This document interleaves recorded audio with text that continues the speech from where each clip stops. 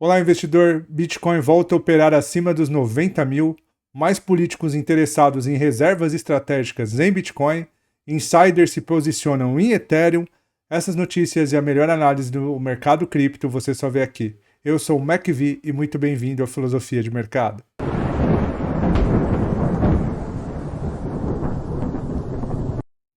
Bem, pessoal, antes de mais nada, eu gostaria de pedir o curtir de vocês, que se inscrevam em nosso canal, que ativem o sininho, porque isso ajuda demais na divulgação do nosso trabalho, tá?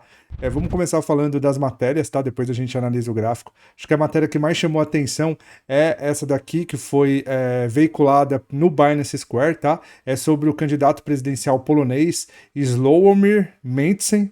Acho que o nome é esse, acho que se pronuncia assim, mas ele promete apoio à estratégia de reservas estratégicas em Bitcoin, tá? Mais um candidato presidencial aí que se alia a tantos outros no mundo com essa possível estratégia de tornar o Bitcoin não apenas um ativo operável, mas reservas internacionais, quem sabe até substituindo dólar, ouro e outras moedas por aí. Eu trouxe essa matéria para a gente porque isso endossa ainda mais o quanto o Bitcoin tem se consolidado como reserva estratégica na cabeça de tantos gestores públicos por aí e faz com que a gente possa ver uma maior procura pelo Bitcoin e, consequentemente, um aumento no preço do Bitcoin. Para a gente que está posicionado, isso tende a ser uma notícia muito positiva. Outra notícia muito legal que eu achei foi essa daqui também do Binance Square. Eles divulgaram falando que as ETFs Spot, aquelas ETFs da BlackRock, tá, em Ethereum, registraram entradas líquidas de 515 milhões na semana passada. O mais interessante dessa matéria não é só esses 515 milhões, mas é que a matéria endossa aqui, ó, que a última entrada líquida histórica em Ethereum, né, nessas ETFs de Ethereum, foi na casa de 178 milhões de dólares, ou seja, a gente tem visto aí praticamente duas vezes e mais a liquidez para os ETFs de Ethereum, ou seja, mais um bull run aí que a gente pode aguardar em Ethereum. Ethereum, que como a gente sabe, é um ativo que vem meio consolidado aí já há um tempo, né? Quando a gente analisa o gráfico semanal, a gente nota isso muito mais. Ela ficou muito tempo consolidou abaixo das médias móveis. E nessas últimas semanas é que a gente viu esse movimento mais explosivo, né? E essa matéria vem de encontro a quem acredita que o Ethereum pode voltar a liderar uma tendência de alta e se tornar novamente um dos ativos que mais puxam o mercado cripto para cima. Essas duas matérias endossam uma outra questão ainda mais interessante para quem gosta de análise técnica clássica.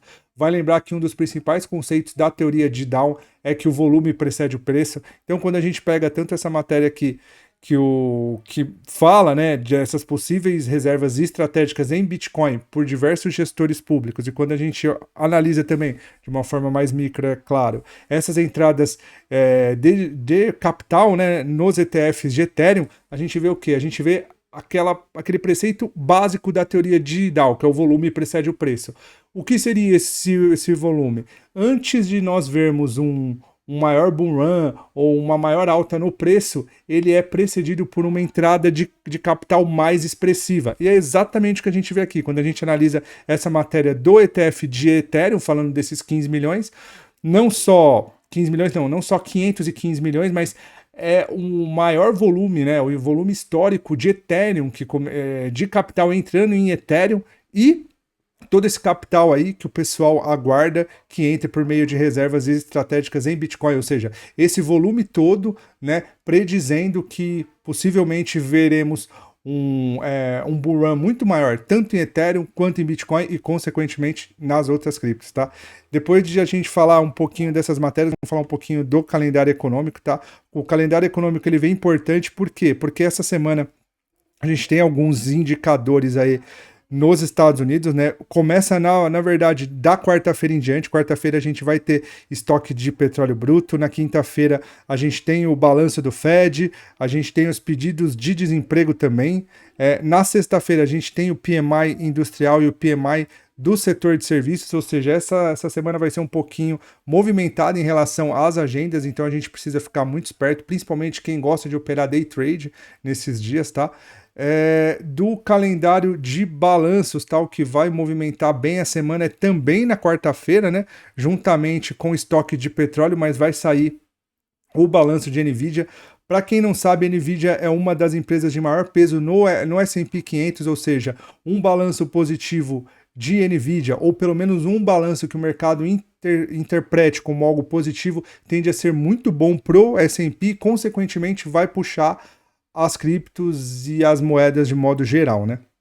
Vamos analisar agora o gráfico, que é aquilo que a gente gosta de fato. Vamos começar analisando o S&P 500. Quando a gente analisa o S&P 500, a gente viu que a semana passada foi uma semana muito forte, né? Não só isso, o S&P acabou rompendo, né? Esse pivôzinho na semana retrasada, né? Ele rompeu esse pivô. Na semana passada já foi um candle um pouquinho mais feio, né? Afinal de contas, ele consumiu boa parte daquela alta da semana retrasada. Agora a gente começa a ver na segunda-feira um candle que começa a dar sinais de força, apesar de que não com tanta força assim. Afinal, ele, né? Se fosse um candle de força mesmo, ele teria que ter pelo menos rompido a máxima de sexta-feira. Ele não rompeu, mas a gente aguardar para que possíveis candles feche não só acima das médias móveis, mas feche esse gap aqui, é um sinal muito altista que vai fazer não só com que a bolsa americana suba, mas com que as criptos subam de modo geral. Vamos analisar Bitcoin, tá? Bitcoin, nosso queridinho, ele tá consolidando aí, né? Já tá consolidando desde o dia 12 até hoje, então a gente tem 6 dias de consolidação depois daquela alta que foi impulsionada pela eleição do Donald Trump nos Estados Unidos.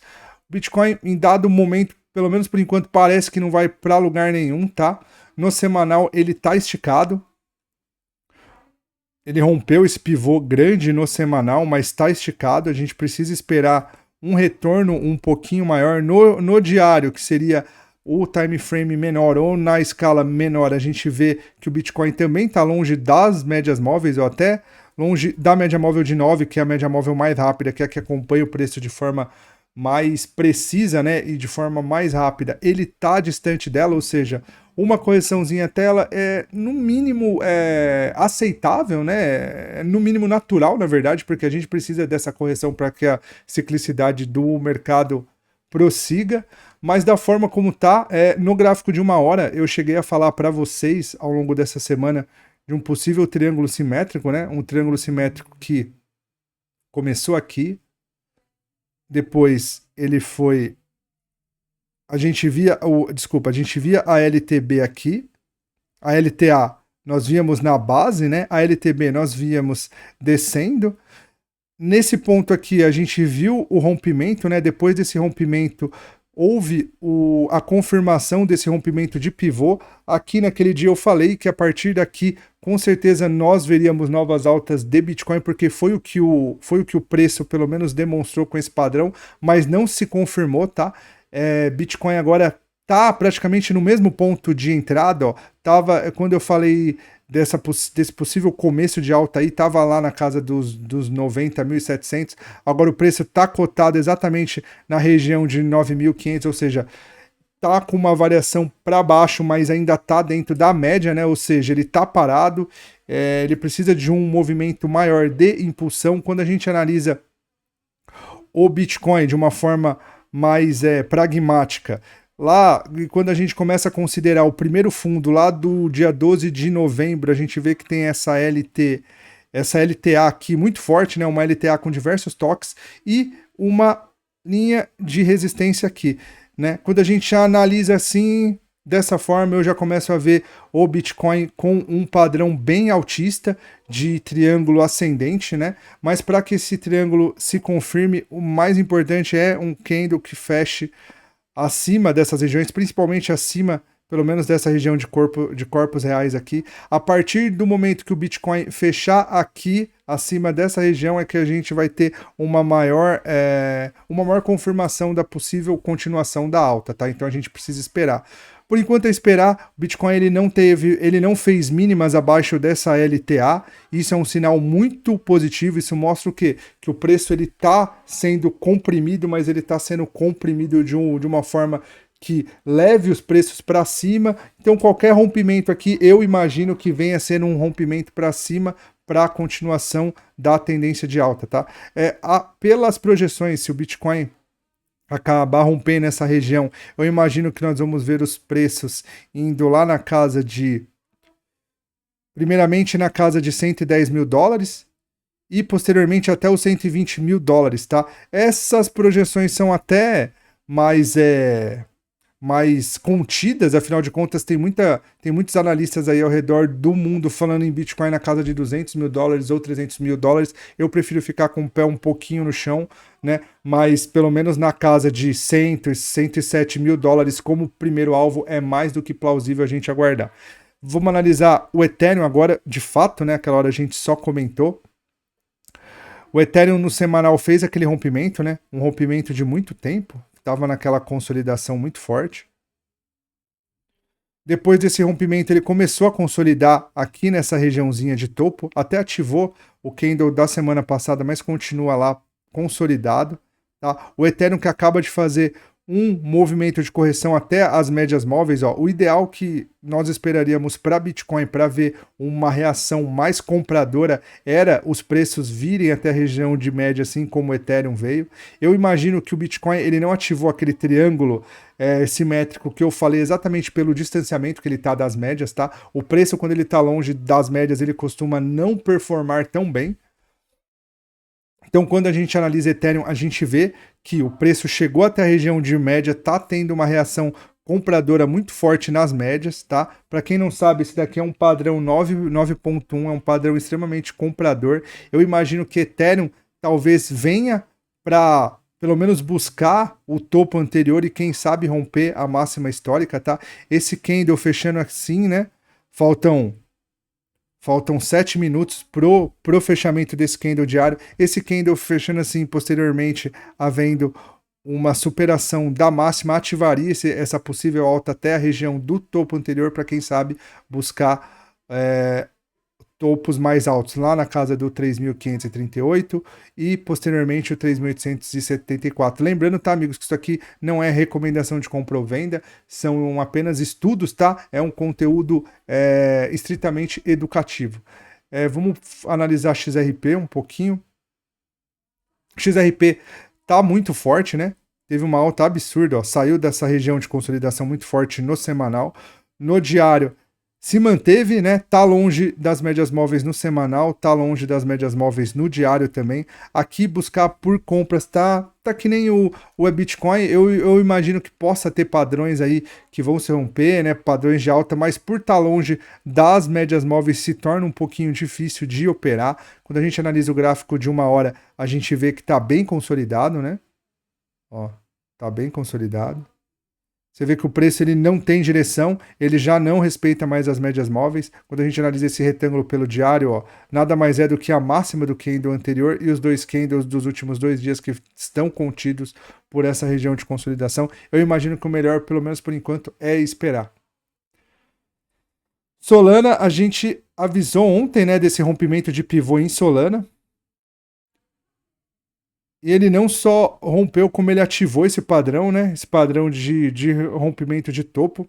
Conforme a gente falou ontem, pela análise técnica, a gente poderia esperar novas altas aí para a Solana, né? Lá para a região dos 287, depois lá para os 351, mas por enquanto o preço está tímido, né? Ele violou o candle anterior, ativou o gatilho do setup, mas o preço está consolidando abaixo do próprio gatilho, que não é muito positivo. Quando a gente analisa aqui, a gente vê também, ó, ele rompeu e voltou para dentro dessa zona de consolidação, mas é esperar, né? O setup de ontem foi ativado, agora é aguardar se o preço vai ou não. Se na quinta-feira, tá? Se na quarta-feira o balanço de NVIDIA vier positivo, eu imagino que nós vamos ver um grande potencial de alta, principalmente pro Bitcoin e, consequentemente, para as outras criptos. Quem sabe não vai ser na quinta-feira aí, com esse balanço da NVIDIA, com aqueles demais índices econômicos saindo positivo, que nós veremos um candle grande em Bitcoin que vai começar toda essa pernada de alta nas demais criptos, tá? Vamos analisar a Doge. Doge fez exatamente o que eu gostaria que o Bitcoin fizesse, que era um retorno até a média móvel, tá? A gente vê que o Dogecoin, Ele se distanciou bastante no semanal, mas pelo menos no diário a gente já vê essa correção um pouco mais tranquila, mais suavizada, né? Isso daqui é um padrão muito altista, tá? Afinal de contas, nós temos o semanal em alta, nós temos o diário corrigindo. O ideal ainda era uma correção um pouquinho maior no diário, quem sabe nas médias móveis do semanal, não só na média móvel, mas do topo anterior, tá? Mas esse padrãozinho de correção já é algo bem positivo para o Dogecoin, para quem gosta de Fibonacci, e a gente traçar um Fibonacci aqui, a gente vê o quanto o Dogecoin está forte, afinal de contas, ele nem chegou a tocar a primeira região de resistência de Fibonacci, isso mostra o quanto ele está forte, tá? Quando a gente analisa o gráfico de 1 hora, isso fica bem evidente, ó.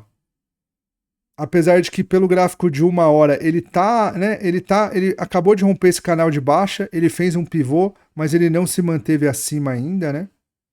O ideal é vermos um candle de força aqui. Um candle de força que rompesse essa região de topo aqui, ó, e consequentemente ativasse o candle do diário, né? Pelo menos a máxima desse candle, ou quem sabe até a ruptura dessa barra vermelha aqui, fazendo um red bar takeout, seria ideal para nós vermos uma possível retomada de Doge, apesar de estar um pouco distante do gráfico semanal. Pepe, como eu falei no final de semana, a gente colocou de novo o Pepe dentro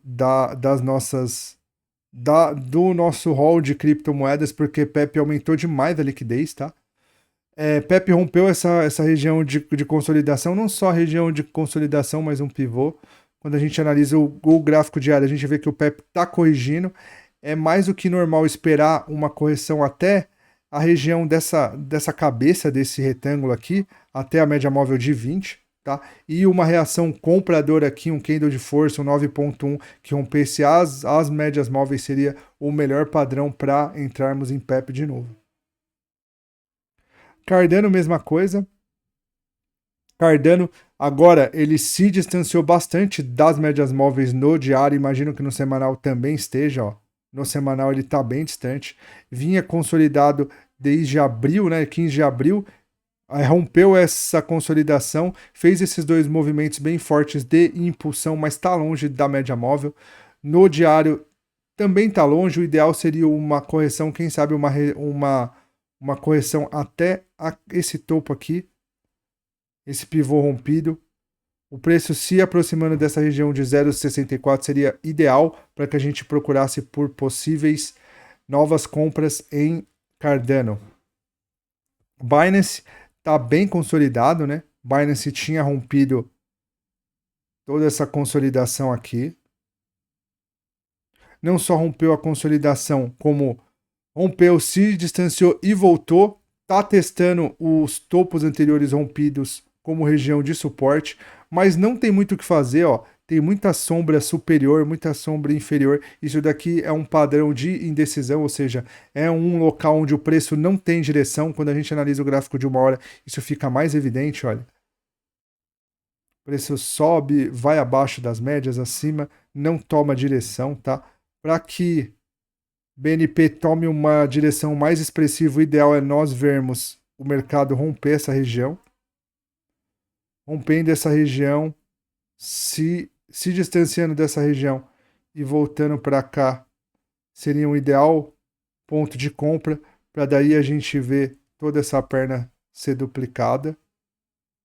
Para quem sabe alcançar lá a região dos 750, mas para isso tá meio longe ainda, a gente precisa esperar que Binance faça o que a gente aguarda. Tron